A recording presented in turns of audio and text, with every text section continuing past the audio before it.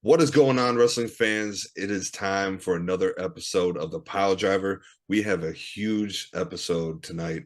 We have a special guest coming on with us a little bit later on. Brandon Xavier, the man from Mega. The myth, the legend. Brandon Xavier is coming on the show. We are pumped. I'm really, really excited, dude. So we're going to talk to him coming up here shortly, right before Mega's manifestation. It's coming up very quick, an action-packed card. We'll get into that later. I am your co-host, Dean Samples, the big dog, followed by the one and only, the best in the world, Mike Allen. How you doing, brother? Hope you're doing good, brother. Hope you're doing good. Long time no see. Man. It's been a long time since I saw you, about 15 hours ago. Yeah. We had a crazy fucking night. Dude. We're going to get into Circle 6. We're going to get into Circle 6. But first, we're going to talk about our upcoming event that we're both going to be at this Saturday. Mm-hmm. OCW, Final Cut, live from Chaparral's, South Arlington Road, Akron, Ohio. I don't know the address right off the top of my head. It's Chaparral's Event Center. Yep. If you're not familiar with it, it's right down the street. 2418, I believe. Yeah. Don't quote me. It's on right South down the Arlington street from Road. Firestone Golf Course, if you guys are familiar with the area. Dude. So we've had some things going on. We've had some match announcements that we didn't have before. A couple giant things have been added. And I mean, I'm just going to go ahead and jump right into it. The most of which we've been told that, you know, Gino will be in. The last match announcement we had was Brandon Fields was going one-on-one against the Brute. Yeah. Then come to find out, you know, James the Baker Hickey wants something, and he wants to go, obviously, against his brother. There's still some hate there. He needs a partner to face off against Warhorse. So Warhorse is in the building. Baker, come to find out, Baker has found himself a partner. Baker will be teaming with the one and the only Yo Paulie, the Hammer's favorite, Jean-Paul Le Miserable, the Master Mime, and James the Baker Hickey in a tag team action versus Warhorse. Now, as much, dude, Warhorse is a scary, scary tag team. Yeah. I mean, hopefully the Mime can bring some of his mimey tricks to this match and they will work on Warhorse, but if not, I see this being a short matchup. You saying Warhorse is going to win? Oh, yeah, dude, I would say Warhorse would smash real quick. But I mean, we'll see. James the Baker Hickey could, like I said, we've asked for this fire that, you know, yeah, he likes to dance and have fun, but I like to dance and have fun, but mess with me and we're going to have some problems, bruh. I want to see an aggressive side out of James the Baker Hickey, and I think we're going to see it. The next announcement, and I'm really excited about this one.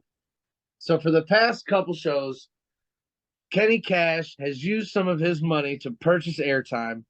Well, for the third time in a row, Money Talks will be at Final Cut. And he has announced his guest.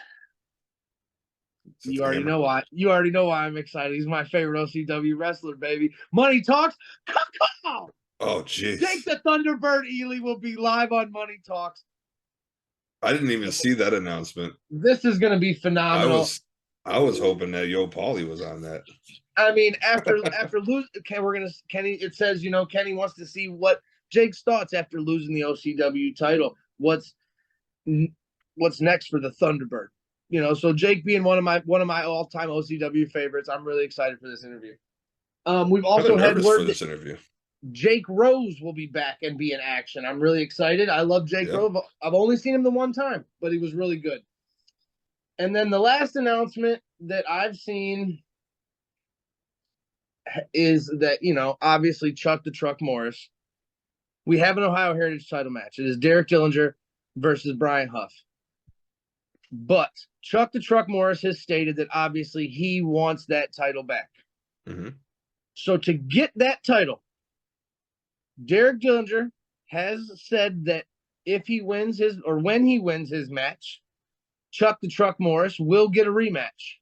If he can defeat a challenger of Derek Dillinger's choosing at OCW Final Cut. So Derek Dillinger gets to handpick Chuck the Truck's opponent for the night. And if Chuck loses, he doesn't get that Ohio Heritage shot. I've been trying to think of who the hell this could be. Bro, I don't know. I'm drawing blanks, bro. I'm drawing blanks. Straight I have no idea. Because in all reality, and no question to Derek Dillinger, like this isn't anything against Derek Dillinger, but like he's been busy this year or last year. So like he showed up to OCW and just took a fucking title.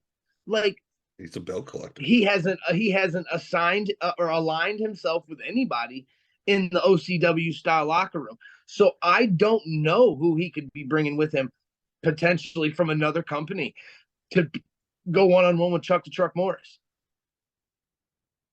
Yeah. And obviously nothing's been announced. The last time it was announced, and it was announced 6 days ago. So last Monday. So last Tuesday. Sorry. Derek Dillinger puts anybody in the ring. If Chuck wins, he will face Derek Dillinger at the April event for the Ohio Heritage Championship. It's gonna be crazy, dude. Anything could happen. Anything can happen. It could be anybody. And I mean, obviously, we still have, like I said, the matches that were already announced, and we'll let you guys back in on them. Is the heavyweight titles on the line. All the titles are on the line, which is phenomenal in my opinion. I love a show where all the titles are on the line. You got DD Trash defending the tag team titles against the winners. Defending in a match that we manifested here on the Piledriver Pod. We made that shit happen. DD Trash going up against the winners for the tag team titles. Like I stated earlier, Derek Dillinger defending his Ohio Heritage Championship against Bryant Huff. And this match, okay, people have been clamoring. According to the Hammer, I talked to the Hammer, and I can't say inside sources, but, we bullshit on the way home and stuff like that as we're driving back. And he's like, people are clamoring for Ryan Michaels to get a title shot. People are clamoring. They want Ryan Michaels to get that title shot. And Ryan Michaels finally has a title shot. Now, Matthew Taylor is clearly not a slouch. We all know this. He wouldn't be the champion 3 times if he was. And a Grand Slam champion. But last event, Jexy Black what made her presence very known. So I haven't seen her advertised for this show, but she wasn't advertised for the last show either. So, if Matthew Taylor comes out with Jexy, that could totally change the whole game, not in Ryan's favor, for sure. I agree. Well, the OCW faithful were clamoring for it, and they're getting what they wanted. Ryan Michaels is getting his title shot. Well deserved, in my opinion, actually. And I love me some Ryan Michaels. Sharpshooter, baby. Yeah, boy. So Final Cut is going to be, like we were saying, man, the month of March, Northeast Ohio is getting absolutely spoiled with phenomenal wrestling this month. We started off last night with Circle 6 of Bay Your Master. We're going to get into that after this. Then we got OCW Final Cut. And then we got Absolute Intense Wrestling 2-on-6. And then Mega Wrestling Manifestation. I'm about to fucking meet X-Pac. There's another one that we're going to be watching. Excited. I'm so excited to meet X-Pac. Like, I'm probably more excited to meet X-Pac than I am for the event. There's a new promotion coming. Well, it's somewhat new. It had a short run back in early 2000s. Ruthless Championship Wrestling, RCW, is making its return. It's their first ever show. Ground 01 is going to be Wednesday. Was it the 22nd? I believe it is March 22nd. Yeah, because Friday's the 24th. Yep, out in Euclid. Tickets are only $10. Be there. RSP Vincent Nothing's going to be there. The Kogar brothers. There's Angel Metro. There's some big names. So get on that, support them. It's their new show. We got another one coming up in April. Neo Pro Wrestling that your boys are going to be at out in Canton. April's gonna be fire. Yeah, April's gonna be fire. March is fire already. I mean, like I said, it started last night at Circle 6. We're gonna talk about that. But like I said, make sure if you're in the area, come on out to OCW Final Cut this Saturday. I did have the address right. 2418 South Arlington Road in Akron, Ohio. yeah. We got lots of big matches.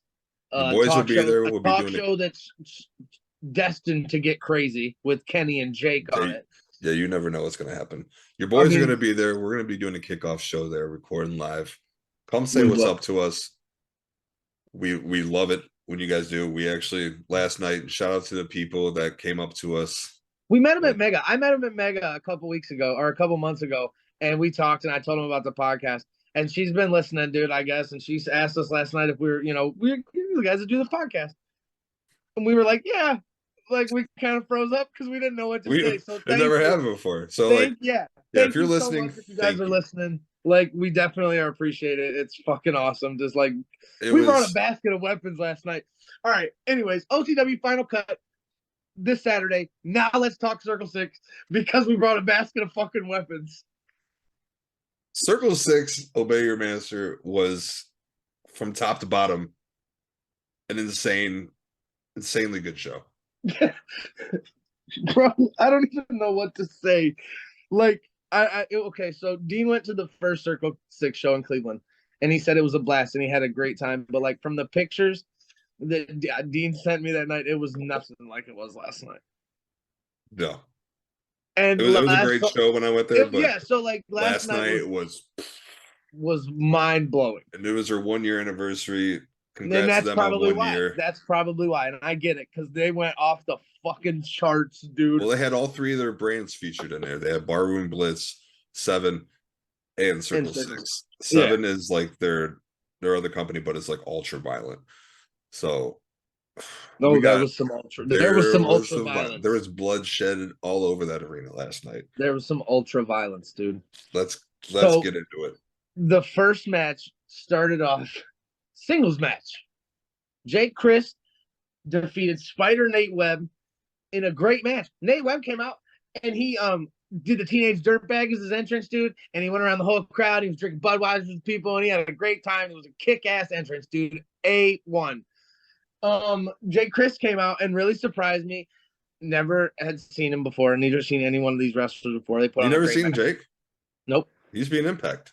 OVE. No. Maybe. I might have. Callahan? No. Yeah. No. Yeah, he's actually going to be wrestling on Ring of Honor.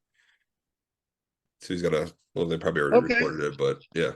Jake can go, bro. Oh, yo, definitely. It was a great match, a great singles match. I was very, very impressed. I was like, hell yeah, it's about to be a great wrestling show. Fuck yeah, dude.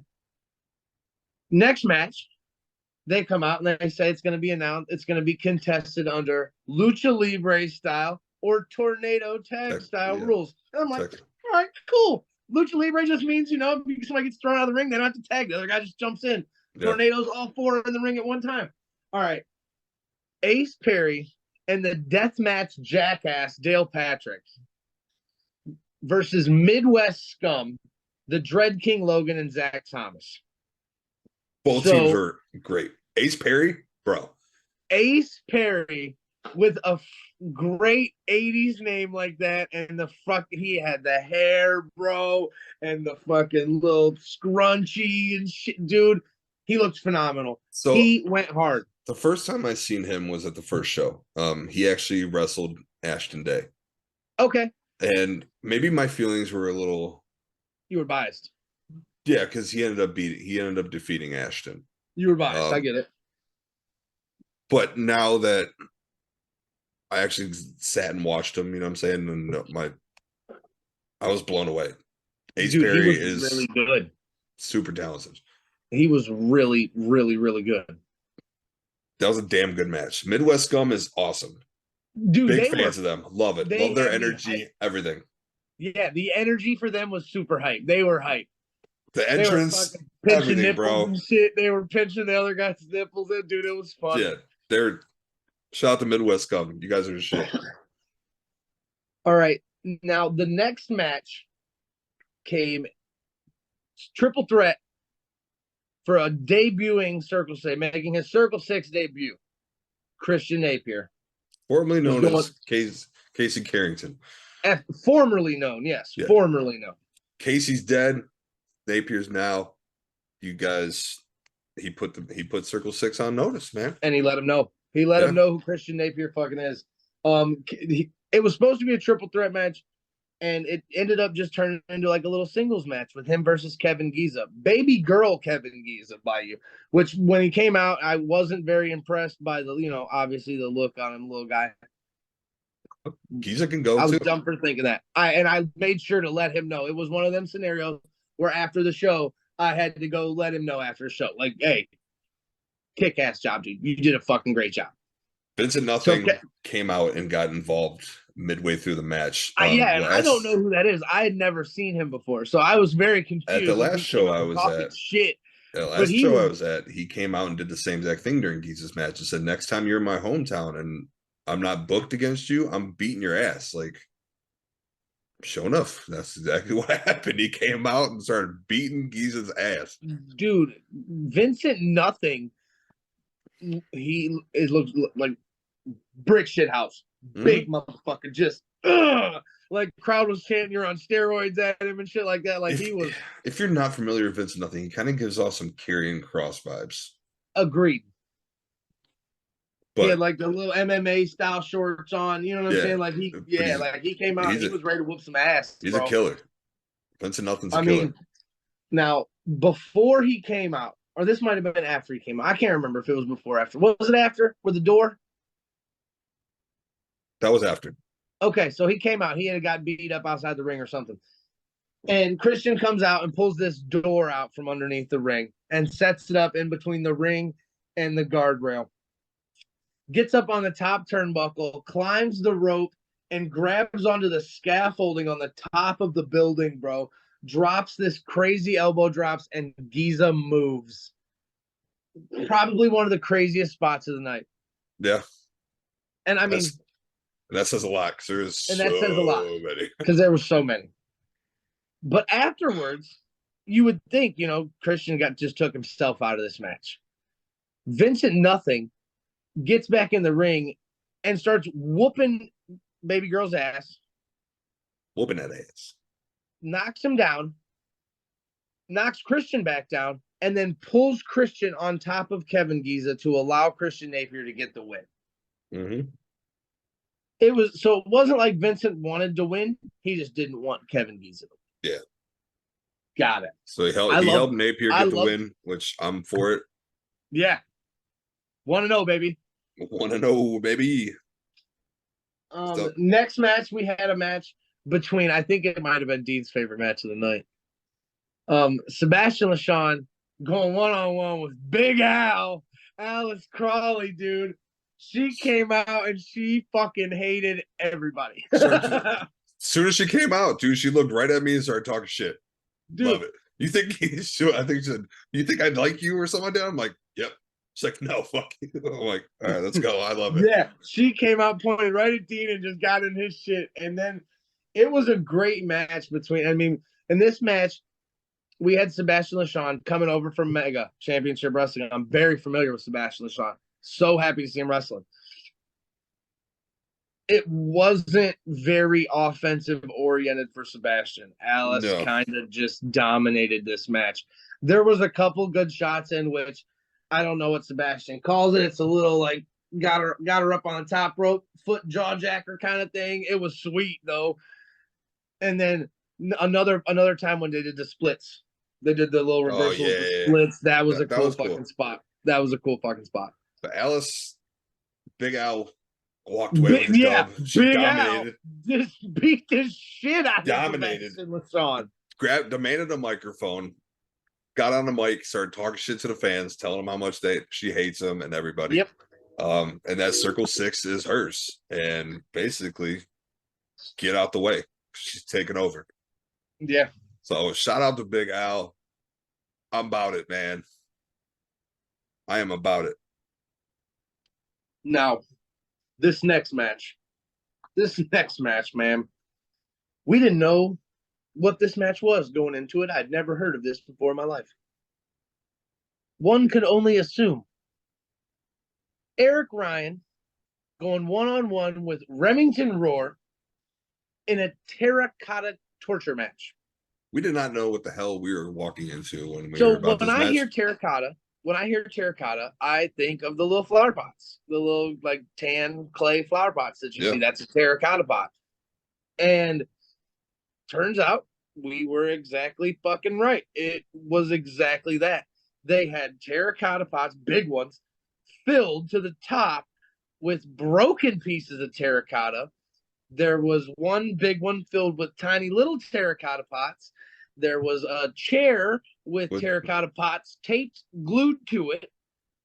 They were stuck to the fucking chair. It was okay. So like, I was unfamiliar with Eric Ryan at first. Oh, I'm not. I love it. I know you weren't. And now, see, look, this is going to funnel into what we're going to talk about later with Brandon Xavier. Oh, baby. He's fighting Christian at Manifestation. Yeah. So now, I didn't know who he was. And then I was like, Christian's fighting this guy. I don't know who that is. He looks badass. I'm not familiar, and now I'm familiar. It's about to be so I'm a little worried for my guy, Christian.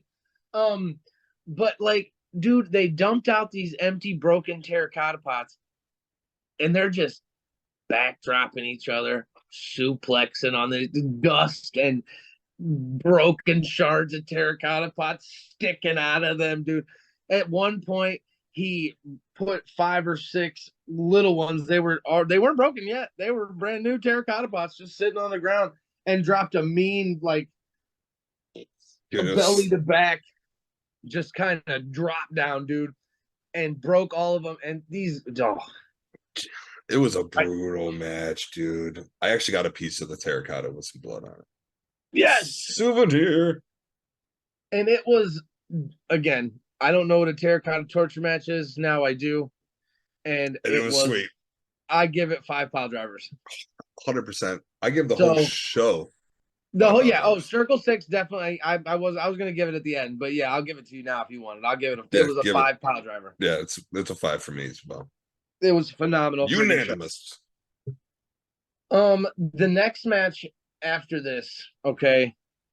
This is a match that I'm not familiar with either. And it's part of the other branding that they have under the Circle 6 umbrella. This was a no ring match. It was a barroom blitz match, I believe they said.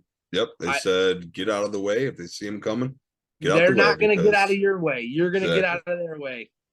And Casanova Valentine versus Otis Cogar. And it was, I don't even know how to explain it. Like, Casanova came out. Big man. He walked all. That's exactly. Yep. Big meaty men bumping meats. Casanova came out, dude, walked all the way around the bar. He came all the way beers, over. We were over here on the left side. We were on the left side of the entrance, right? He came all the way over by us. Otis comes out, and I see him on the stage, right? And Casanova's over here talking shit to fans, drinking beers and stuff. And I see Otis, like, over on the stage, like his music didn't hit or nothing, like, kept playing. Jacket comes off, and I'm like, back up, y'all, back up. Otis comes flying in with a fucking cannonball out of left field. It was so off the stage, into the crowd, almost takes me out. About it, bro. Dude, it just started off violent. They just started beating the shit out of each other. Ended up over by the merch table, where he took one of Otis's shirts away from Otis's girlfriend, choked him with it, threw it back at her, told her to shut up. She's yelling "fuck you" in his face. I'm not sure if it was Otis's mom or grandma or aunt over there. I'm not sure. I know she was there to see Otis because she had an Otis shirt on. She's trying to hit Casanova with a fucking chair, dude. Like, and then at one point they grabbed 2 fully open beers, and like we've all seen guys in the ring, stand there and just throw and just trade punches. Yeah. Well, these dudes grab a couple beers and he chugs, punches. They He pull up chugs, chairs. They're sitting on a chair punches. next to each other from face to face. And Face just to face. they Yeah, cheers, sitting in chairs, chug, chugging and and just punching, boom. drinking and hitting. Dude, it ended up on the bar. Casanova went through a door, leaned up against the bar, threw a Cactus Jack elbow off the bar onto Otis. I think Somehow, Otis hit Casanova with a DDT on the bar. yep. And And then Casanova pulls out a barbed wire bat from behind the bar, bro. where, like, I don't even know where it came from. Ended up putting him in it. I look like I don't want to call it STFU, Indian crosslock something. I don't know, where you cross the legs and you bend over backwards and pull the face back. I can't remember if Paulie was here, he'd know. But he did it with the damn barbed wire baseball bat across Otis's face. Otis taps out. It was great freaking match. Not the outcome I wanted, but I'm not familiar with Casanova. So, stellar showing. In my opinion, I have high regards for Otis. So, by beating him, I now have high regards for you. Like, you're clearly a badass. Casanova's a beast.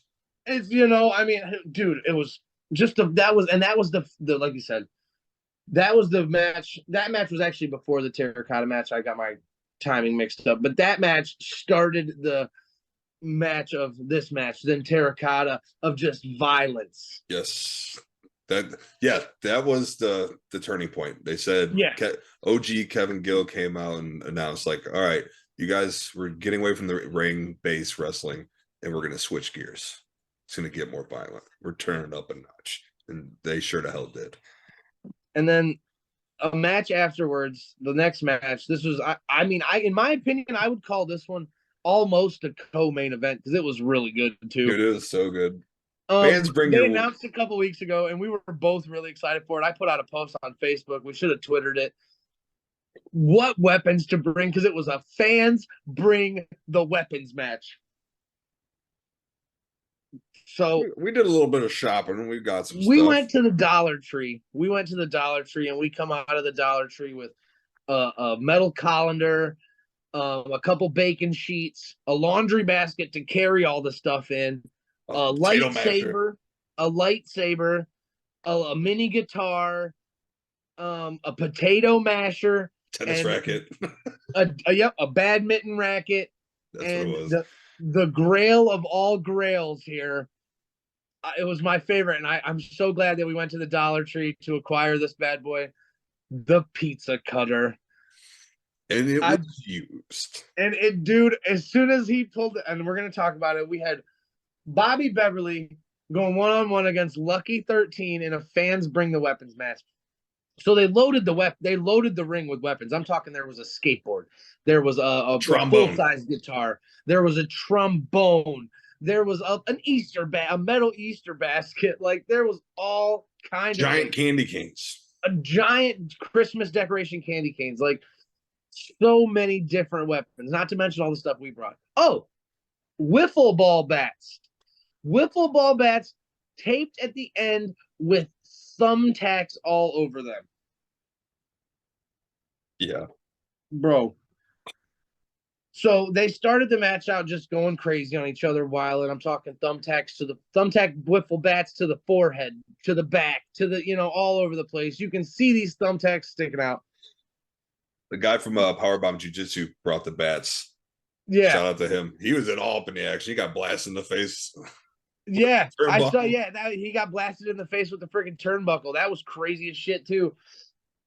But dude, the basket at one point with all the stuff in it got kicked over, and you and I both at the same time like looked at Bev and was like, "There's a pizza cutter right there!" Yeah, and he grabbed it, looked right at us, took off the protective coating because we were safe about it, and was like, "Let's go."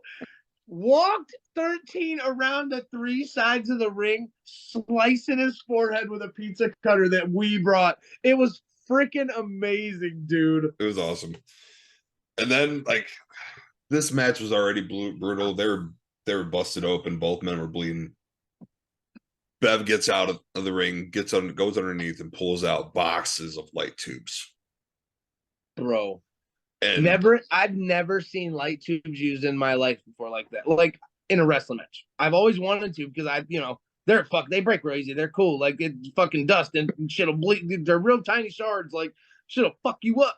mhm. And I've seen that shit where people get fucked up on these light tubes, and like I've never seen it where they brought out 4 boxes of fucking industrial Lucky size. 13 had his own box. Bev had his own box. They just started grabbing them one at a time, just beating the shit out of each other Bam, with glass tubes. bam, bam, bam, over and over, dude. And Just then Bev knocked him 13 down finally and just started going at it him, was kind throwing of him at his head. And then I it think kind of he pulled out the other. Well, they had another box in the corner. He pulled that one over, and it kind of looked like a DDT, almost brain buster. He yeah, did it on the box, and it was game over after that.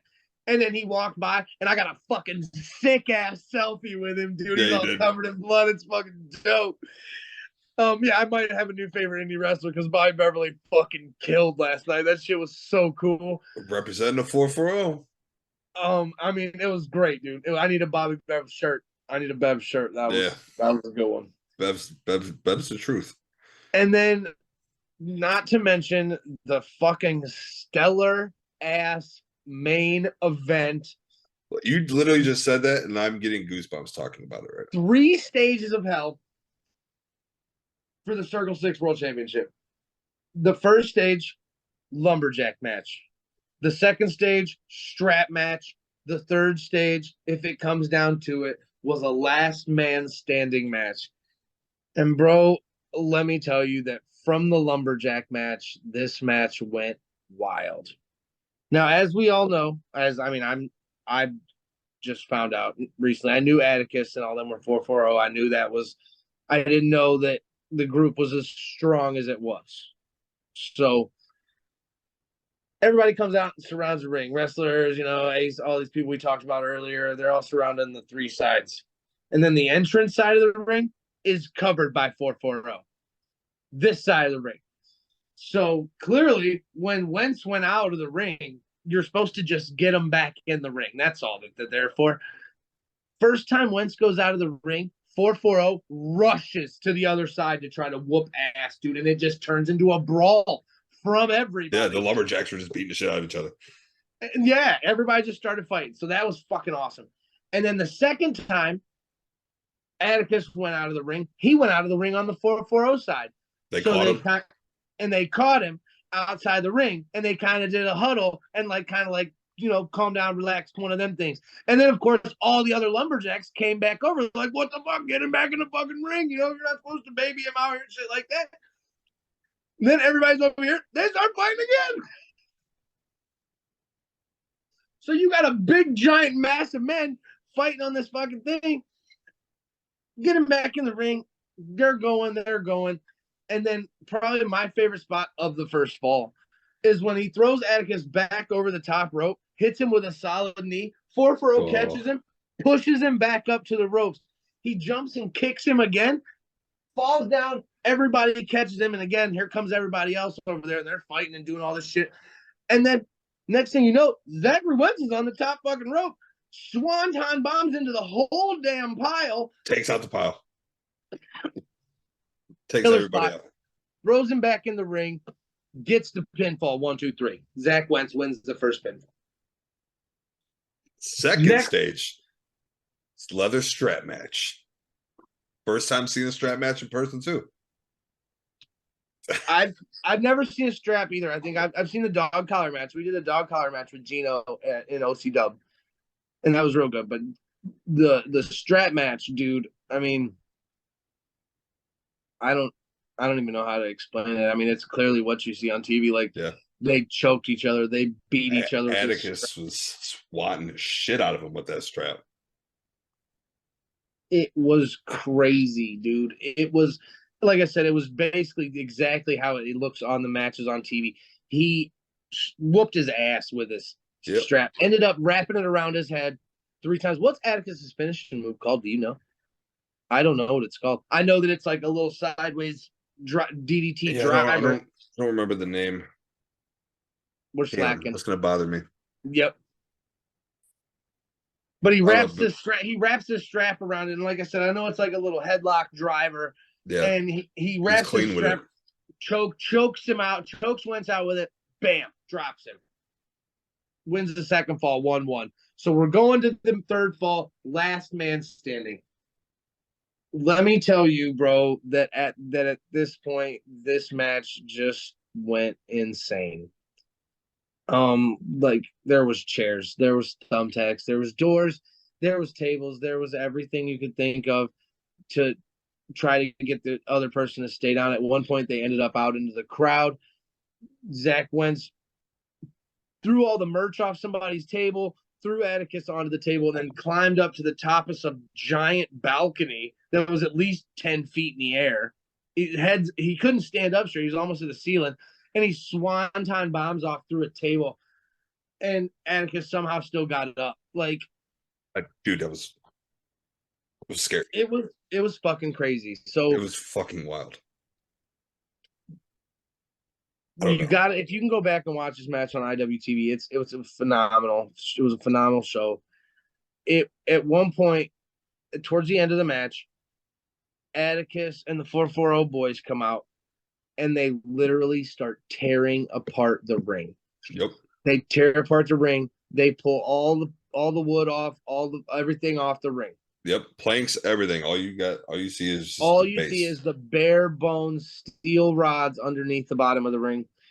They put out Atticus probably drops like a, I don't know, 6 foot by 5 foot pane of glass over. So if you're not familiar with a wrestling ring, you got the outside square, and then it just has straight vertical beams. It doesn't have cross-section beams or anything like that. So it's just straight vertical beams.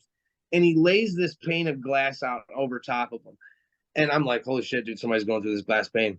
Somebody's going through this glass pane. Atticus at this point clearly had the upper hand. 440's sure. Out by the ring.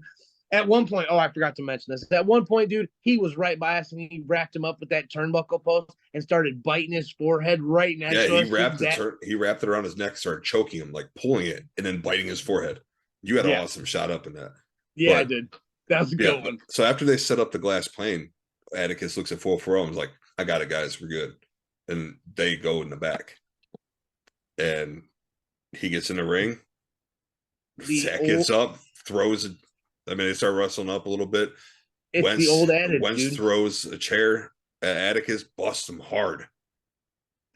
Gets him. And then the old adage in wrestling, if you pull it out, it will be used against you. Happens. I mean, was it the DVD driver by Zachary Wentz to Atticus Kogar through the pane of glass to the floor. The way like Wentz lands on the bottom rope, kind of down in the ring, gets back up in the ring, yells at the ref to count him, and I mean counts to 10, and you got yourself a new Circle 6 world champion. Circle 6 Zachary Wentz. I mean, the Rascals hold the belt. So shout out to Zachary Wentz, the new Circle 6 world champion. What a main event, dude. Dude, my life have never seen anything like I saw. That was wild. And we kind of talked about this. We're like, we have a feeling that Atticus might drop the title. We did on the way there. We were talking about it, and we were like, something feels off tonight. And Wentz came in, and he put on a phenomenal show, man. It was great. I'm 2/3. I've seen 2/3 of the Rascals wrestle, by the way. I need one more. Who's the only one? You haven't seen Myron Reed. I got to see him. So I got to see him all. So shout out to Circle 6. What an amazing show. 5 Piledrivers we're rating that.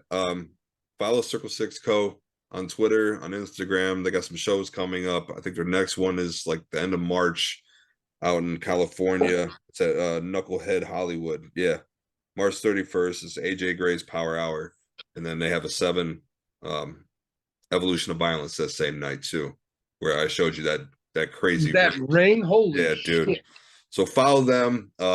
If you go watch it, go sign up for IWTV, Independent Wrestling TV. They'll be live streaming it there. Shout out to them. amazing show. 1 year in, and hopefully many more to come. Great fucking show. So we're gonna take a quick break here. We're gonna bring in our guests, the man, Brandon Xavier from Mega Championship Wrestling. We're gonna talk about a little manifestation and a little bit about him as well. And we're pumped, man. So we're gonna take a quick break. We're gonna bring him in, and yeah, let's get this going, baby. Your boys will be back. What is going on, everybody? We are back, and we are joined by a special guest, Brandon Xavier from Mega Championship Wrestling. How you doing, Brandon? Thanks for coming on, man. Not much. Enjoying my day. Excited about this interview or this podcast. We're excited to have you on, man. We've been wanting you on here for a while, and when you said you're down, we're like, yes. Yeah, I've been a fan of Mega for a long time. It's been a couple years now. I've been rocking. I like it. And we went to the first show, me and Dean together. This was before we even started doing the podcast, I think. Yeah. And I've known you for some years now. Oh yeah. I actually went and seen you wrestle earlier in your career, in the early 2000s. Oh man, that's the early years. Yeah. Yeah. And then we worked together too. I've only seen Brandon wrestle once. It was in a hardcore match. I forget who he fought, but he beat the shit out of somebody. I try not to wrestle anymore. Yeah. No, I take it back. I saw you fight Mikey Michaels in the fucking in the strap match. Yeah, what was that like? How was that? Was that your first strap match? It was good. Yeah, I've done it before. Like they were talking shit. He was talking shit to Brandon. Brandon had to put him in his fucking place. Yeah, I mean, that cowbell was annoying. So yeah, that was a cowbell. Yeah. I just want to fight you for the cowbell now because I hate it. Like, I mean, that was fun. It's kind of, I only want to wrestle when I do something that has like a meaning instead of just having matches anymore. So right, I feel like that one was needed for sure. He called you out, so you got a stacked ass card of wrestlers underneath you. You don't really need to wrestle. You gotta just sit back and watch all the fruits of your hard labor. I appreciate that. We got manifestation coming up, and it is absolutely stacked. I don't even know where we should even begin. I mean, I think the first match announced for it was TIM versus Jason Kincaid, who I wasn't very familiar with until you put out a highlight video, and I watched some of that. And I mean, I've watched TIM before, so I know what I'm in for here. Yeah, Kincaid is wow. I knew he wasn't like he's not that. See, I hate the way this is because that dude is so good and he's known, but it's like the fan. I don't know. Wrestling's weird where you can be known, but like people are like, who is that when you bring them in? Yeah, like Tim. You know, they knew him as a tag team person originally. Okay. Then he was with the Gymnasty Boys. The pandemic hit, and when we came back, I hit him up for our championship thing when we, recrowned a champion. And the conversation that me and him had that weekend, I was like, I need to keep bringing him in. And, he lives in North Carolina. So he's like, there's going to be a cost to all this because you want me to, it's not cheap to bring somebody in every single show like that. Right. Yeah. And, so he had to build himself up because our fans knew him as a tag team wrestler, popped into the championship series, tournament show. And then, so he's built himself up, but at the same time, he's helped elevate the students and the matches. Yeah. But Kincaid is really good. I like him. I love the feud with him and Bryson Teller. That was great. Oh yeah. That was definitely story. Jacking on a pole match. Yeah, just the storytelling from that alone, that was chef's kiss. Well done with that one. No, I agree. That's one of my favorite things that Mega does, I think, is with the weekly shows and like the keeping me involved in the storylines throughout in the time in between big shows. That's my favorite thing that Mega does. It keeps me, it keeps me involved, especially you watch Tuesday Turmoil, because I forget one time, it was real early. And I was like, what happened with this? And Michelle takes the one, she takes pictures. She's awesome. I saw her last night at Circle 6. And she was like, you didn't see what happened on Tuesday Turmoil. And I was like, nope. And then ever since then I watched. So I know I don't miss shit. Yeah, we got to get back to that. We after the last show, we had gotten a new ring, Yeah. and we had to basically rebuild it. And we also had the old ring in the gym still, like, because we don't have a big gym at all. Like I'm like, we have a storage unit that I can fit a ring in and do drills and teach people how to wrestle. So turmoil, like we didn't have no space to do turmoil, so we will be bringing that back. So I know it hasn't been on for the last couple months. But that's why we're in the process of really looking for a new building because with our growth, we need a bigger space. Yeah, definitely. Hell yeah. You guys have grown tremendously, and I'd love to see it. It's great to see it for sure. Yeah, I want to say one of my first mega shows I went to, there was probably like 40 or 50 people there. Great show, but there wasn't a lot of people there. And now we go to LCCC and that bitch is packed. It's awesome to see. I remember those days. Yeah, like it's fucking really cool to see. Like, you know, I got to make sure I get in with my like I got to message Tyreek and get my front row tickets, or message Jeff like I need my tickets and make sure I lock them in, like, because they'll fucking sell out. Like they'll be gone and I won't get to sit in the front row. It's that when you say that 40 to 50 people to now where it's like 80 front row seats are sold out within 2 weeks. Yeah. You guys sold out front row a month before the show is in March. I'm pretty sure it was sold out before the month of March. Yeah. It was like, I want to say it was like 2 weeks after we announced the show. Yep. It was so, you know, general admission has moved slow, but that's just the way it is for us when, you know, once the front row sold out, I'm like, all right, this is where we'll start to get the few here, a few there, a few there. Yeah. Final 2 weeks of the show is when it picks up. So, and then you got the people that come to the door and hit the door. But usually when we show up at LCC, there is a line. I was saying, me and Dean will be there. I got my buddy Maddie's coming with us. Yep, we'll be front row. Yeah, we're sitting front. We got our tickets early. I'm glad we did. I'll be doing my ridiculous door prize for this show again. You got anything special for him? Yeah, I got it right here. He had a PS5 last time. I know. Like, I don't know. Like, I'm into doing cheesy stuff. Like how much language? Because I accidentally cuss once in a while. Go ahead. You're fine. Good. But I would say I'm into doing cheesy shit. Like we gave the 2 bikes away the first show. Yeah, it's a Christmas show. Yeah. I think last show was a hand blender or something. Like, it's just ridiculous. But this time, like, I've been going to those bin shops, and I got like a Mr. T. Oh, okay. Yes. Yeah, he's got some killer ass figures that are worth some bucks, dude. A Stacy Keebler. Nice. And, I found a Damian Priest and nice.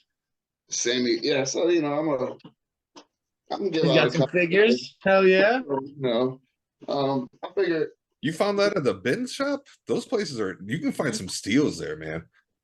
Dude, yeah, that's a lot of fun. Those all for like $5 each, and people are like, you know, you could sell those, and I'm like, that's not what I get them for. As a huge toy collector, though, dude, some of them toys are worth some bucks if you find them for, you know, $5. You can flip them for $20 easy, no problem. Oh, yeah, for like 25, and I'm just like, yeah. I'm like, I'm too lazy to go ship it. Fuck all that. You got to post it and then ship it, print out a label, drive to the post office. That's real cool. And, you know, like we were talking, you do have, you know, you're doing lots of things. You do have the Girl Scout troop coming to Manifestation. Yes. To try to fund their trip to Disney World, which is super hella cool. I'm going to be buying some cookies. Like, oh, yeah. Front row sitting, eating, watching wrestling, eating cookies. Come on. Can't get better than that. Yeah, Girl Scout cookies, the troop versus Disney World. And I hope the Girl Scouts win. One of the den moms, because, you know, I try every month, man. I don't get it. Like, you guys have seen the shows, if we're being real. Like, I don't understand why we're not more known than we are. Yeah.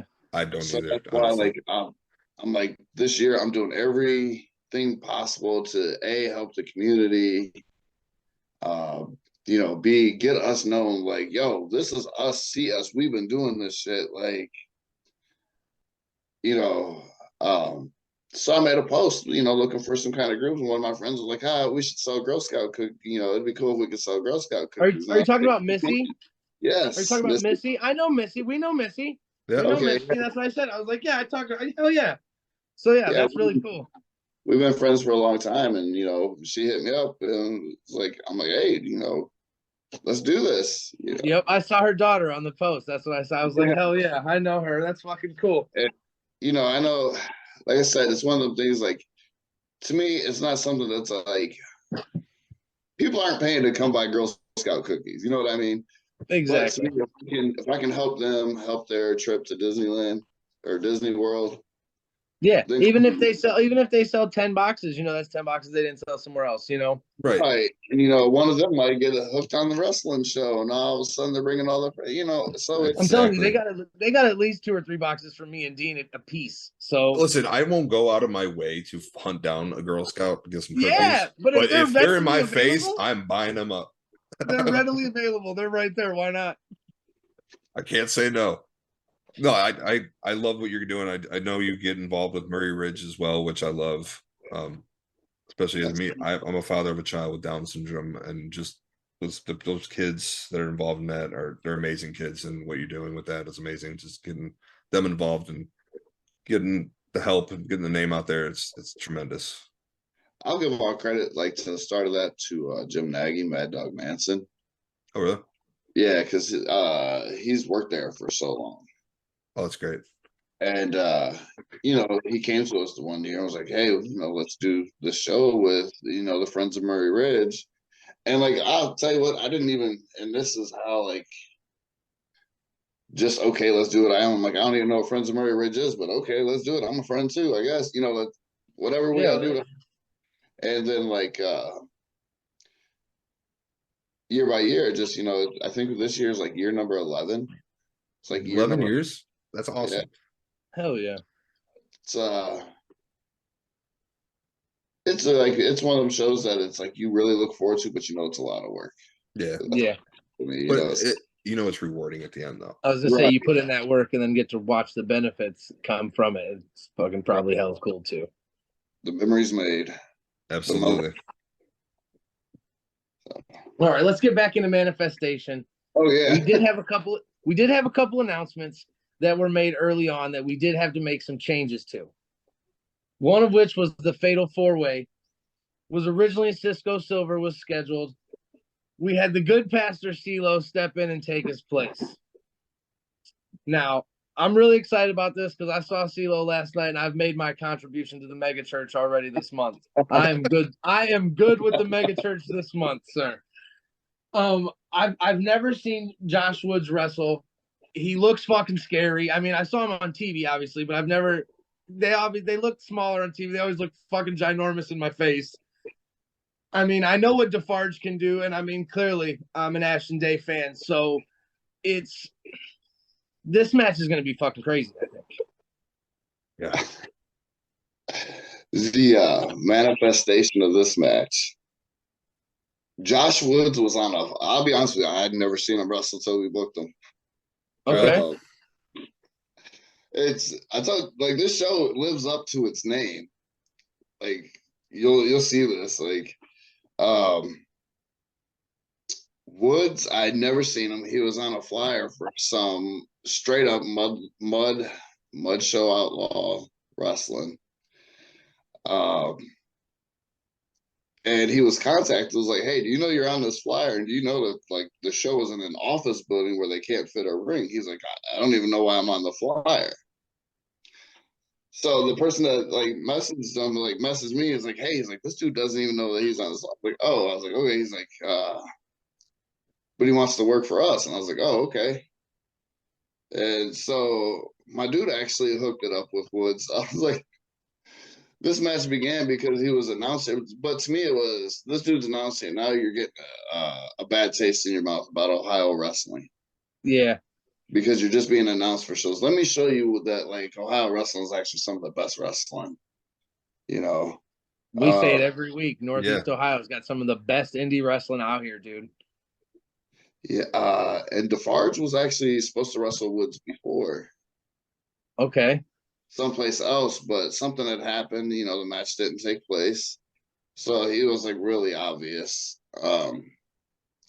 Cisco, he was very deserving of it before I had to replace him. Ashton, I guess this is to say that Ken didn't want to sign him up for a rematch for the championship, which I saw sounds that. like, yeah, I saw that's that. some business between them. They need to settle. That's a Cash Inc. problem. Right. That's as long as Ken's not being a pain in my ass, I don't care. So, Fair enough. The wild card is Pastor CeeLo. Yeah. Let me put it, he's the least experienced. Like, that's a lot of knowledge with those other three in there with him. Oh, for sure. He is like the pure wild card. And people are like, well, why did what is the reason why he gets that? If you watch Pastor CeeLo, from when he was at the very first show till now, the wrestling has improved. Pastor CeeLo, the gimmick is just outstanding. I love Pastor CeeLo. I do I too. do 110%. I agree. I'm a big fan of the mega church. I was a fan of Butchie B before the mega church. The addition of fucking Paxton Calloway is fucking crazy. It's a great faction. I love the mega church. Pastor CeeLo's energy that he brings when he comes out is unmatched. It's just unmatched. Well, even lately, like he's been making drives, going to like he's young, like, and took the whole go to the gym, make the drives, do seminars, go to shows you're not booked on, help with ring crew. He's like taking all that like into account. Like he does it every weekend.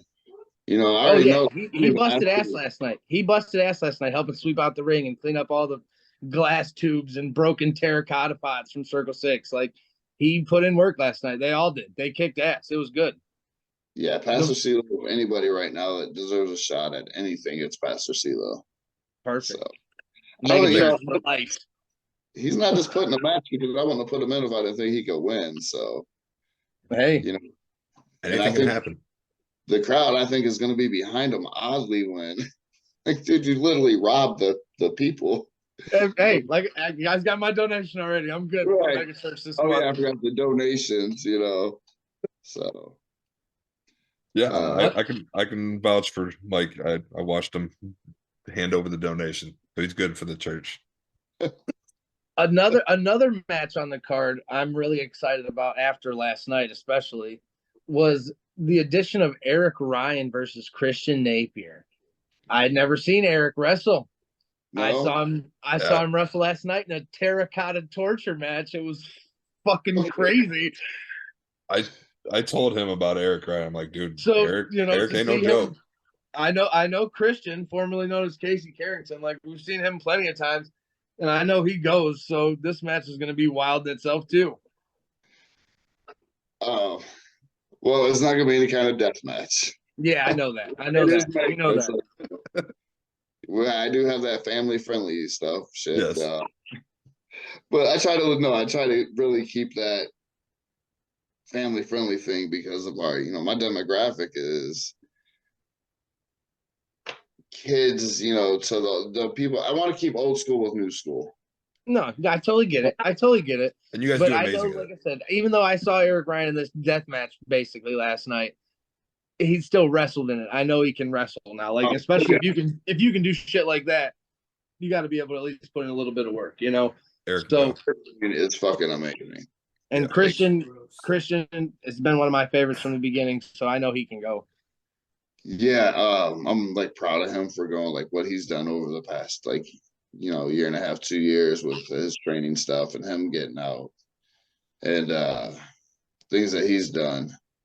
But like I've been wanting to bring Eric back for so long because to me he was like in the early years when I think I was maybe about 5-6 years in. And Eric's always been like that special wrestler, like, but we just don't do the crazy deathmatch stuff. No, definitely. That's fine. Not every match needs to be a death match. That's not for everybody. One of our friends of the show, Paulie, he does not like the death match stuff. That's not his. He doesn't do it at all. He will not. Like, he wouldn't have went with us to Circle 6 last night. I won't shit on death matches or anything like that, but it has its niche crowd. You know what I mean? If you your market and that's what you're going for, and you're making money off that. Yeah. Hey, it's your body. You do what you want with it. Exactly. Oh yeah. Exactly. Now, since we're talking about Christian Napier, and how much he's elevated over the past year and a half, he made an appearance on AEW Dark, and so has several of your students. How does that feel watching some of your former students being able to have that type of success? Oh man, it makes me happy. Like, I want nothing for my students more than to succeed from everything that they want to do. Like, when they come in and they do the tryouts and all that, one of the first things I say, I'm like, I'm where your journey begins, but I don't want it to be where it ends. Yeah, that's awesome. You know, it's like, because then you're doing that whole, well, you just train people to wrestle your local indie shows. No, man, I want my students out there. I don't want them 10, 15 years from now, they're still here. Yeah. You know, if that, unless that's what they want to do.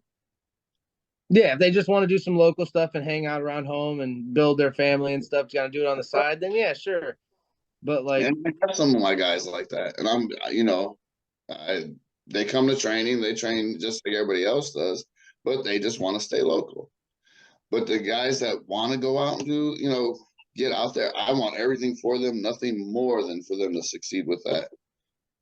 Like, I ain't gonna lie, I will with pride when I see them on like Dark or anything like that, or even extras on WWE. A lot of people are like, oh, big deal. I'm like, no, man. I'm like, that's a moment of living in your dream. Like, shut the fuck up.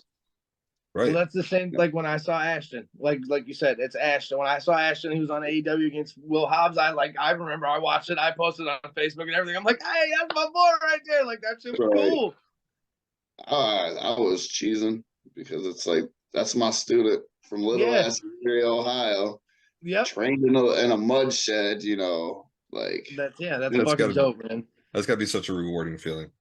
Yeah, it was, because like, if you know Ashton's story, like his talked to Ashton, we've had him on the show a little bit, and he came up to me last night. We talked, we shook hands last night and said hey to him at the show. And me and Ashton didn't start off on eye to eye because like I didn't know what he had been through from the start of his training, and then like I have a different demeanor than everybody else. Yeah.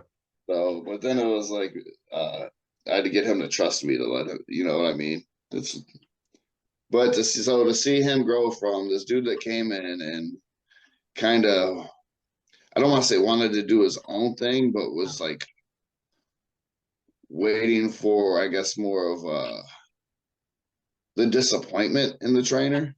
Okay. Like, he was waiting for you to drop the ball. Yeah. Well, exactly. Okay. Like, if you know what he went through, that he had every right to. Right. So we had to earn each other's trust. And so to see him basically go from having no trust from me at all to like him exceeding to where he's at, I'm happy for that. Yeah, like there's nothing more than happy than that. I mean, yeah. And Christian too. Yeah. He went trained at Nightmare Factory. He came to me. We talked about that last night. He was like 16 years old when he started training. Right before he turned 18, he became the commissioner of Mega. I don't know. I can't do 100% storyline when I'm talking to you guys, like, because I'm a keep it real type of guy. Like, I just don't give a fuck if you like the story or not. Yeah. I love it. I love that about you. This show is based on these things that they done. He moved from his family, from everything. Yeah. To train. So I want him to experience these people that will help develop him into. I think the one thing he's missing is he's not aggressive enough. And once he finds that inner aggressiveness, he looked pretty damn aggressive last night. That's what I heard. So maybe I think he's I can see what you're saying with the aggressiveness. I can see slowly coming out of his shell with that, and the future's bright for him. I truly feel that way. Yeah, me and him have many talks about that. Like, it's like, dude, your future is just so wide open. You just, got to come out of that shell and be you. And I think that's part of the name change thing is he hasn't been able to Agreed. be him. And so, I mean, that's now Christian Napier. That's him. He wants to show everybody. And like I said, he kicked ass last night. But I was very impressed. I mean, I've seen him wrestle before, but he fought some baby girl Kevin Giza was his opponent last night. And I mean, it was a great match. And then somebody, again, I wasn't familiar, when somebody named Vincent Nothing came out and beat some ass, and Casey ended up getting the win. I'm sorry, Christian ended up getting the win, and it was It's gonna be weird to get used to saying Christian and Casey. It's tough. I'm about it though. Now, another thing I wanted to say and bring up, it's got a match at Manifestation, so it falls into the vein. Since coming to Mega, Brandon, you always get big names in here, like bigger names, and there's not a lot of local indie wrestling I know that get a lot of bigger names. It's mostly just their people, which is also cool. But since coming to Mega, I've met fucking Gangrel, Chase Owens. You got Sonny Kiss coming to this show, and Josh Woods. Like, these are, bigger name people that can. I mean, I'm not trying to take talent away or anything away from Mega talent, because we love coming for Mega talent. But I liked meeting Gangrel. You know what I'm saying? I loved watching Gangrel as a kid. So as an adult, to come and get a picture with him throwing up fucking horns was dope. You got Evilise too. I mean, Evilise. Oh, I see. I forgot about Evilise. Yeah, I loved watching her in Lucha. Like, it's just super thanks to you, I guess, for bringing these names in here and just getting them close to home for us, the fans, to come see them is fucking cool as shit. Sonny is like, to me, I've been wanting to bring Sonny in. Just because of the fact that I need to see if Sonny's actually going to take my phone away from me. Because that's really how we started interacting was on social media a few years ago, when I would post stuff and Sonny'd be like, I'm going to come take your phone away. So, now that I don't post those kind of things, Sonny quit talking about taking my phone away. But yeah. Well, Sonny Kiss is coming in to fight Sebastian LaShawn. So I mean, that's a big opportunity in my eyes for Sebastian to get a win over Sonny. Shoot that career up there. Yeah, well, I know last night Sebastian worked Circle 6 and Alice Crawley. Yep. Yeah, Big Al. Okay. She was an angry elf. Alice Crawley was an angry little elf. Sebastian is definitely deserving of this match. Sebastian's another one, like, is very young, like, needs experience. So like, this is Sebastian's dream match, and I knew this, but if you watch Sebastian from the start of Sebastian LaShawn when tagging with Samaya, I was gonna say, I remember when she was in a tag team. I remember that. Actually, you know what? I will take it even further than that.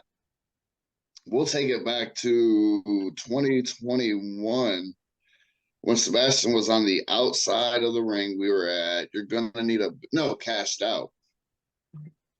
And Shogun threw Sebastian into the guardrails, and just right then and there, I was like, yep, keep on working. Sebastian's in this match because Sebastian does not leave the training gym.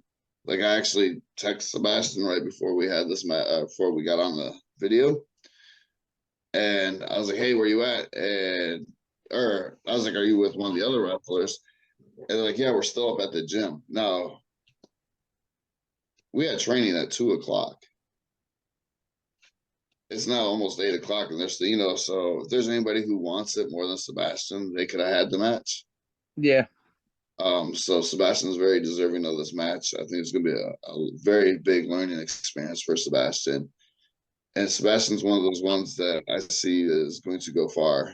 So, from when I first seen her when she was tagging with the tag team to where she's at now, I can see the tremendous growth in her game, and it's only going to get better.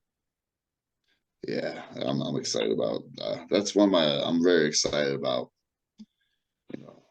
it's pushed it. It has to push Sebastian to a level Sebastian's never been at before. Hey. You know, Sometimes that's the best way to get growth. You know what I'm saying? yeah, I'm like, I've had a tendency of throwing my students in the fire. I'm like, I don't care. Hey, you're either gonna be able to grab the fucking ball and run with it, or you're gonna fucking drop it, and You're gonna fumble it. Yep, exactly. It's the sink or swim scenario. You know, when you're learning to swim, you throw your kid off the dock to see it. You know, if you want to get out of there, you're gonna swim out of there. No matter what happens, you're gonna learn and grow from it. So yeah, like I mean, it's one match, and how many you're gonna have in your career? exactly. I mean, so you go in there, you have expectations, like, but at the same time, let me rephrase that. But at the same time, you go in there, high expectations. But when you have a chance to work at somebody at Sonny's level, you should be in the gym every damn day. It should be the only thing that you're doing. Sonny can go. I agree. Yeah. Sonny's talented. Like Sebastian cardio better be up. Everything better be up. Like, because I don't want these people to come in and wrestle down because my students have less experience. Like, no, you wrestle at your level. If my student can't keep up, then they're gonna have to figure out how they're gonna keep up the next time, because this is, you know, if they want it that bad, you got to go out there. But see, I'm not even worried about that because Sebastian handles everything. I would say, like you said, Sebastian's in the gym right now, handling business. Right. Be ready. So I'm expecting Sebastian is definitely going to bring it all, and I think it's going to be Sonny who's going to have the work cut out for. Kind of a little bit surprised. I'm excited. I'm excited to see what's going to go down there. Another big one we got. I'm really excited about. I'm always excited to see Cash Inc. in the building, defending the tag team titles against PME. I mean, I love Cash Inc. So I'm hoping for a retention here, but you never know. There's some drama. They're good. It seems like there's some drama it does seem like there's some drama building in Cash Inc. That once again, I'm staying out of their drama. We saw Ken last night. I saw Ken last night too at Circle 6. I said hey to Ken last night at Circle 6. Listen, when Ken's busy with somebody else and not busy with me, I'm happy. Like, if Ken's not here yelling and whining and complaining, I ain't got to hear Ken talking, I'm okay. So, you know, if there's anybody that's happy about drama in Cash Inc., it is me, because Ken has been a thorn in my side for years. But this match actually, to me, is going to determine who is one of the greatest tag teams in Mega. Like, I concur. The Billy Marino experiences, those boys can go too. A whole nother level. You know what I mean? I really think that Cash Inc. is the underdogs going into this one. I can see that. I mean, I totally could see that. You know, it's PME's been everywhere. They're everywhere. You know, go ahead.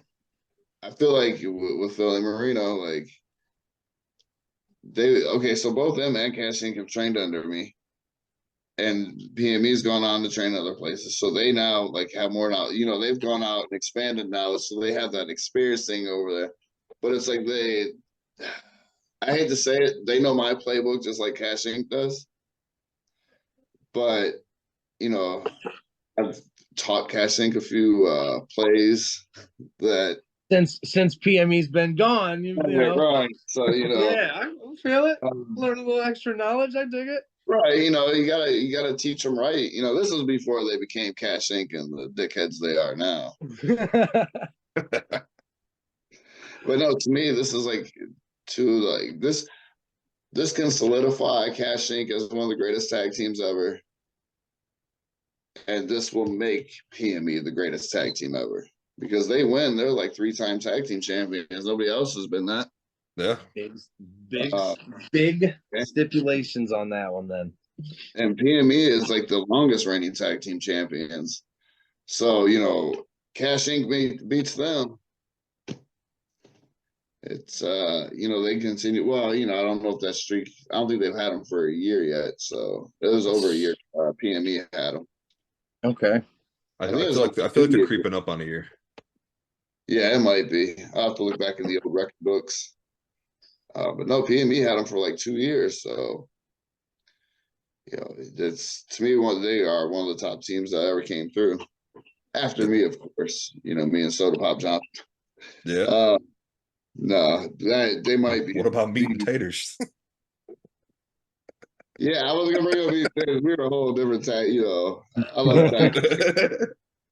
You know, the best thing about that was our theme music because we literally didn't do shit in the ring. I'm not even gonna lie and act like we had these wild ass matches.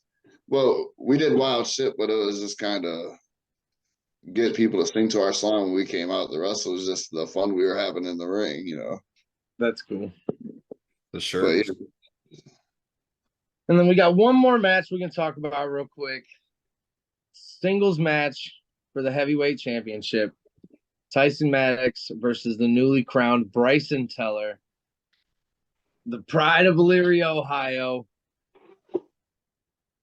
I mean, I was great match between Bryson and Ashton. I did not expect Ashton to win, but then after I saw the drama brewing, it did. I wasn't. I mean, Bryson definitely deserved it. I'm happy he's winning, and I'm a little bit worried because Tyson looks a little scary too. Tyson? You got all these big, scary-looking fellas coming in. Tyson, I'm not familiar with Tyson. Tyson looks like a big dude. I watched the highlight clip that was posted on Mega's Facebook page, and yeah, he looks like a big, scary dude. He looks like Ahmed Johnson big. Yeah, there you go. That's a great comparison. he is a track star. Like he was a track star. He's that big and he was a track star? Yeah, like from what I'm reading, like he holds some like a lot of rewards for that stuff. So like he is an athlete and a half. He's wrestled in Mexico and Japan. He's trained in Mexico and Japan. Like his resume is, he's one of them guys. I'm like, why isn't this dude known? Yeah, He's got the look too. Yeah, like everything about him is like total package. And you know, when Atticus had to step away from the match, and I was looking, you know, me and him got to talking, and you know, the whole reason why I booked him originally was because of his theme, like his highlight video music. Because I'm like the biggest Tupac fan. I literally didn't like as soon as I heard the music, like I stopped the highlight reel and went back to talking to him. I'm like, all right, you know, let's be friends. like, okay. I've seen enough. But like then I went like this is legit how I book. I like ridiculousness. But after watching his matches, I'm like, holy shit. I'm like, this dude is like has everything is this agile and athletic. I'm like, man, I was like, oh, Bryson had. I'm looking here, and then in the picture, it makes him look a lot more scary. I mean, he does look scary, definitely. Dean, he's 5'10". What did it say? Hold on, I went back. 5'10", 265. Oh, really? Yeah. So he's like in the picture, I thought he was like 6'6". like 6'4". He looked like a huge dude. But I mean, he's a big boy, but yeah, I thought the height advantage was a lot more. But the highlight reel that was posted, he looks scary. He's throwing people around, suplexing and all kinds of shit. Like, man. Bryson knew this is what comes with it, though. Yep, exactly. Got to defend that title. Everybody's gonna want it. After his feud with Tim, you know, he's elevated to where he does deserve that. So it's, you know, he's another one that was on AEW this past year. Yeah. You know, he did some extra work. So, you know, he's trying to expand, trying to grow his knowledge. And as much as I've seen him as he's come back from his injury, you know, at training and everything, he'll be all right. You know, I think he finally Bryson's really found his stride since he's, you know, put Jacket to the side. So I concur with the Jacket. The Jacket's been through some things. Hey, man, we all have, so, you know. Yeah. Sometimes you got to end those relationships, though, you know. Right. It's becoming toxic. I'm excited to see this reign this mega championship reign for Bryson Tiller. Hopefully he retains and Definitely a fan favorite. The fans love yeah. some Bryson. Bryson's Yeah. over. And that is all him. Like, that's Bryson. Like, the humbleness and everything that you see and respectfulness that you see, like, that's not a show at all. Like, that dude he's the quietest leader, but like, he's so respected in the back and everything. Like, he watches every single match. Like, so he studies everything. That's So, awesome. That's a good guy to have in your locker room. yeah, and I'm sure he's watched every single match that Tyson's had already. So, Yeah. Um, I do have a match that wasn't announced for you guys. Yeah. Ooh, Yes. breaking news. We need a button. Do-do, do-do, do-do. This one's like, with this match stacked and the rest of the students, I couldn't fit it. Like, I was like, who deserves the last spot on, like, the last match on the show? And oh yeah, we still got to talk about Harleen Lopez too. Yeah. I was gonna say I forgot one. I saw that I forgot one. Uh, Evilise coming in to go against Harleen Lopez. You were yes. speaking earlier about Sebastian LaShawn in the tag team. That was the first time I saw Harleen Lopez in a tag team match. That is their Yes. opponents, I believe. Yes, I remember that. And Yeah, me and Dean said the same thing. She's got a killer German suplex. Megan was supposed to wrestle that. I believe. I hope I say it right. She doesn't beat me up when she shows up, but she had to, step away for a bigger opportunity, which I'm very big on. If you have that bigger opportunity, you go for it. Like, I will find opportunities don't come that often. I find a new replacement. I can do as much hard work as it'll be. And it literally, like, just trying to find the right person for the match. Because I'm not okay, well, there's this person. Okay, we can have that kind of match. Yeah. Just kind of Like, throw somebody in there that's not going to do and like put it on good or, know. It's not even that. It's more of I'm big on story. Yeah, exactly. Not be able to tell a story with somebody. Why is this person in the match with this person? Even when there's matches with people who have no history, like, why did you put these two together? And I mean, obviously, I believe Lucha Underground, AEW, everything else she's done. But then you have Harleen, who, like you guys said, you guys have seen her a couple of times. She was at Colossal Con. She wrestled at Colossal Con. So she's been here, but she hasn't been a regular, I guess. Okay. Yeah. And the reason for that is she's, in Jersey. And that's how it all started. Is she drove from Jersey to come start doing what Bob Evans says is just making the rounds and basically being a service. Yeah. Came in, helped set up the ring, helped tear down all that stuff. Didn't have to. Could have just came and watched the show, but just drove from Jersey. And then, like, starting to see her growth was like, holy shit. I was like, this is somebody who wants it. This is still somebody who wasn't booked for shows, driving from Jersey, just hey, I do have an open spot. That's a drive. Yeah. I'm saying this, yeah, that just falls back on your, you like to see the people that want it and deserve it, Right. So that's why she gets that opportunity. That totally makes sense now. And so it was like, we had some choices to make. It's like, well, we could probably bring in another bigger name and have the match, and but I'm not like that. I kind of hate that. Like, I just don't want to bring in named people to bring in named people. Like, they need to have a purpose. Like, Yeah. I want a learning experience with them. And it's, for me, like I said before, like, this is about my students' growth. Right. And watching them rise. Even though she's not one of mine, she's trained by a friend of mine. And I want to see her growth because she's somebody who's hungry. So it doesn't just have to be from the mega school. You're fucking hungry and I see that shit, man, I will find something for you. I'll find something for you to eat. Yep, exactly. At Love some it. point, Love it. that cooking you did is going to pan out because you will get a shot at something. You will get an opportunity. You will get a chance to shine.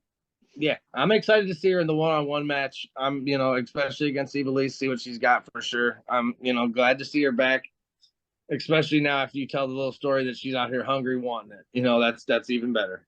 It's somebody you want to see rise. It's somebody who you're walking into that match cheering for. Like to me, it's another underdog match, but at the same time, like when you announced that Megan wasn't able to make it and you had to find a replacement for it, I was a little bummed out because Megan can go. And I was kind of curious. I'm like, who is he going to find to match Evalise's, like, what I'm saying, her skill set, and like who can go with her? And when you announced this, I was like, whoa, okay, I'm about this. I remember her. That's exactly what I Yeah. said. As soon as I saw her picture, I was like, I remember her. yeah. So, I mean, that's a good thing, in my opinion, that she made an impression on me like that. That it's been a while since I've seen her. And as soon as you posted a still of her, I said, oh, I remember her. She, Yep. Okay. I think after this match, I think they're going to want her there every show. Like, there we go. Yeah. I'm excited now. Let's get it. I'm gonna be cheering for her. Hungry. All right. What you got for us? We got some breaking news. Okay. Turmoil hasn't been on the air for the last month and a half or so because, like, we're doing a whole bunch of ring stuff and we were talking about that earlier or whatever. So RJ Jonesy was the brass Barely legal.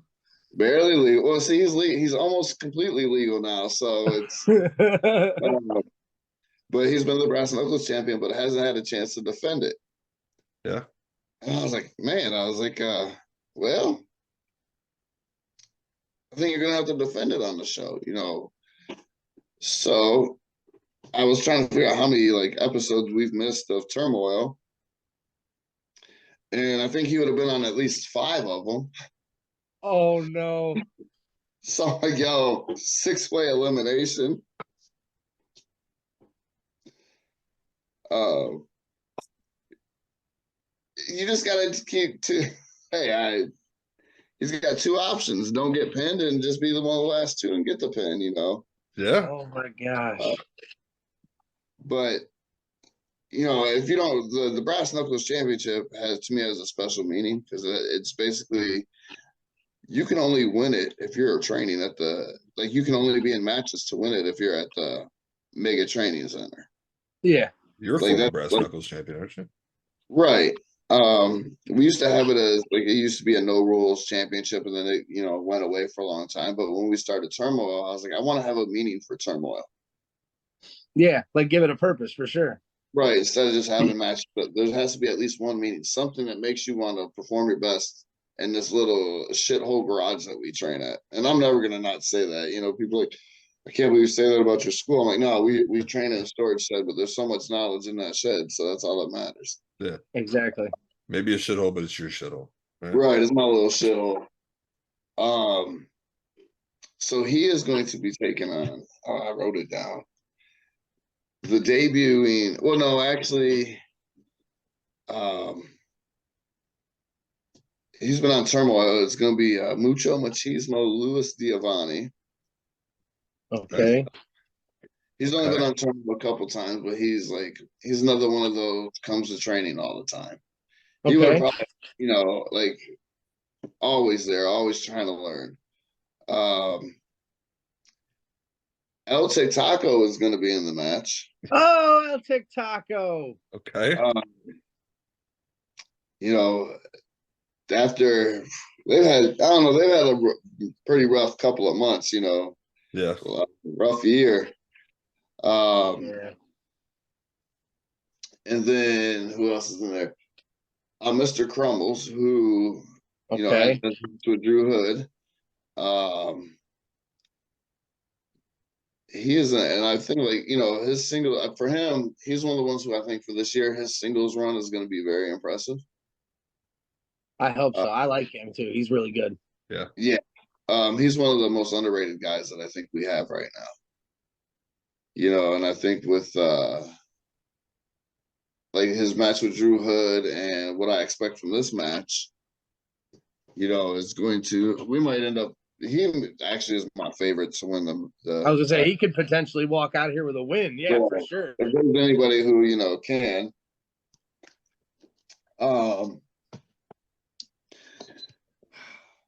Okay, so this one I had to put in there. I had no choice really. Okay. Is Ken Vasion's bodyguard Chris Onyx? Oh, Okay. I'm familiar with Chris Onyx after the show. So when I think it was the Ashton Teller or the Ashton Day match, I saw and I asked Ken, I was like, who is that? I don't know who that is. And yep, Ken was like, that's Chris Onyx. Yeah. And I thought I'm familiar a little bit.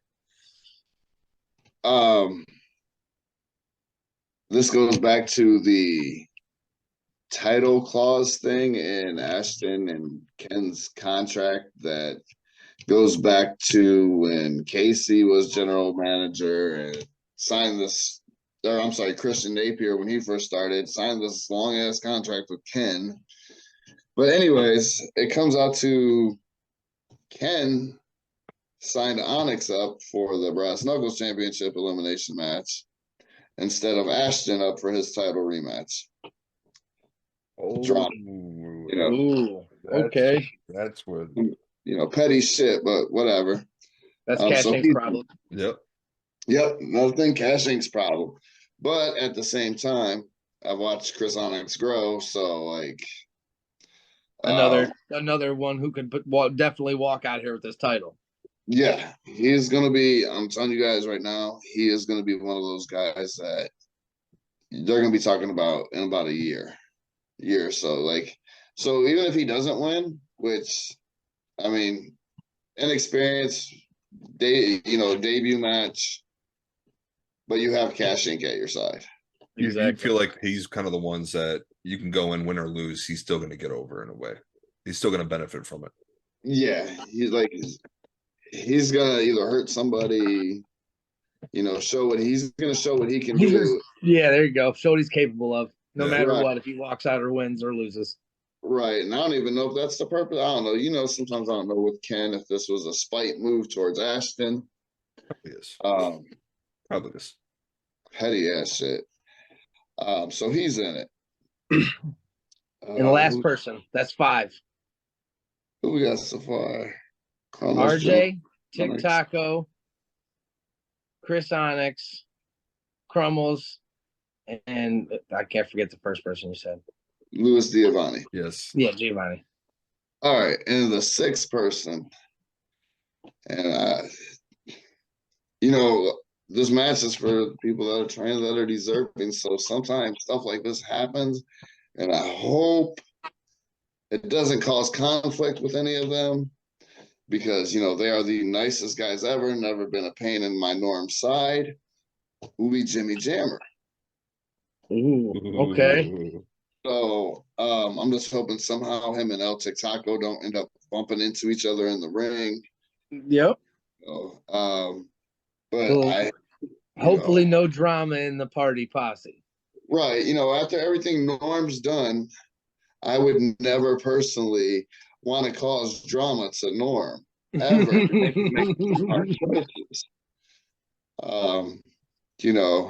Yes, Norm was one of my favorite wrestlers, and I love the guy. So I do not want to be him. It's a rough time for him. It's gonna be this. That happens. Yeah, the last time I saw Norm, he had shish kebab sticks hanging out of his forehead. Right. So, oops. Sorry, not sorry. Sorry, not sorry. Sorry, not sorry, man. And the fans like both Jammer and Taco, so it's kind of like I can't not have them on the show when they're working so hard. Yeah. Oops. Wow. Sorry.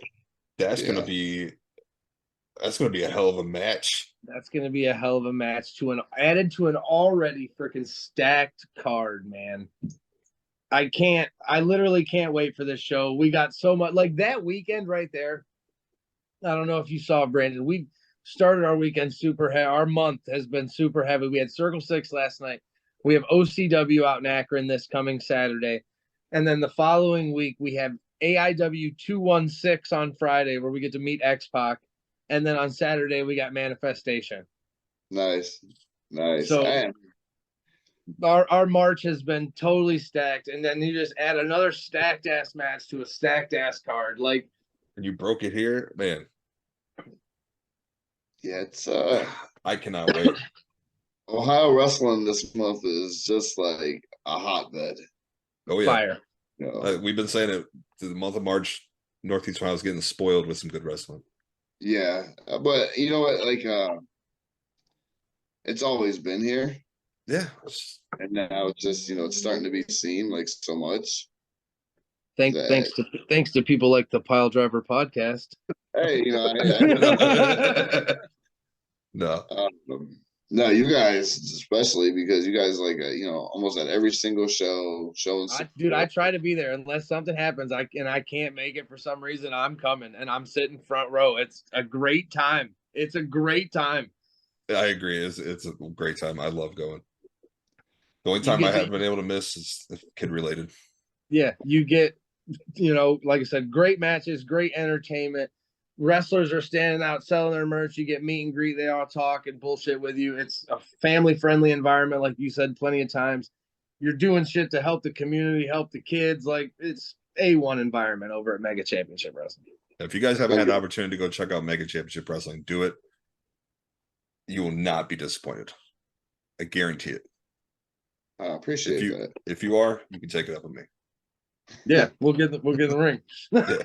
People, I'm thinking about getting in the ring. I was gonna say, speaking of, I know you have an open training class. I was gonna call Dean out on the air so he can't fucking talk shit about it. Because we had people come last night up to Dean, family members, and say, "When you gonna get your ass in the ring, Dean? You got the body style. You could do it." So, I think Dean needs to get in the ring as well. Was it the 16th, which is this Thursday? We have, I think it's like it's the tryout for the next class. And go, Dean. I'll ride with you, buddy. I'll be your manager. I'll be your manager. To me, the tryout is to see if you really want it. Like, and it's not, when I say it like that, I don't mean like, oh, I'm gonna torture you and show you what it really takes. Yeah. Right. I mean, it's for you to see, yeah, I want to do this. No, I don't want to do this. Biggest thing that people love and hate about me is like, even though I've been around for a little bit, I don't believe in a lot of the old school bullshit. Like, it's like, yeah, I should have probably been one of the last classes ever have to deal with that kind of stuff. But that's the way the world was then, you know what I mean? And things change, and I've tried to adapt with all that and keep like a strong the fundamental cores of the old school with the new school, just with my touch. So yeah, it's kind of a thing. You come in, find out, hey, I want to do this. I really want to give it a shot. It's something I've always wanted to do. I just feel like I think a lot of it's just like, am I too old to get into it now? No. So I was like, nope. Dude, I had a guy that was 62 years old training, like really? The professor. Okay. Yeah, the professor. Yeah, I'll go with you, Dean. I still got a signed ribbon from that man. Yeah, he gave me a detention slip at one of my first shows. Yeah, I want to say it was the very beginning of last year. Are there any questions? When I forget when that one, like we did a bunch of shows last year. I can't remember the dates of them, but so he trained to do it, That's so awesome. I want to say the oldest person that trained regularly to wrestle regularly was like 38, 39. See, there you go, Dean. Makes you feel it's better all about how you take care of your body, Right. If you don't sit there and abuse it and all that stuff, and you go to the gym, you stretch all that shit, you can still do it. Like, it's how bad do you want it? Exactly. My thing is, I'll help you get it, but you gotta cook that food. You gotta throw them ingredients in. I'll teach you how to cook it. Even if it's a small meal and it's like, hey, I want to train to just, like I said earlier, stay local. I want to train to make it wide. All right, well, you train me, learn your fundamentals, everything etiquette from A to Z.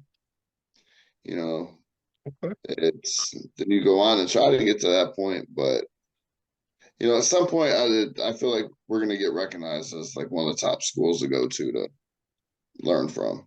Well, we're gonna keep shouting your praises, man, as long as you guys keep putting out awesome fucking shows, dude. It's Yeah. every month is a great show. I can't say that I've been to one where I wasn't like, hey, this match I'm gonna go take a piss break. You know what I'm saying? Like I'm Right. saving it for intermission because every match has been a banger. So thank you so much for that. I appreciate it.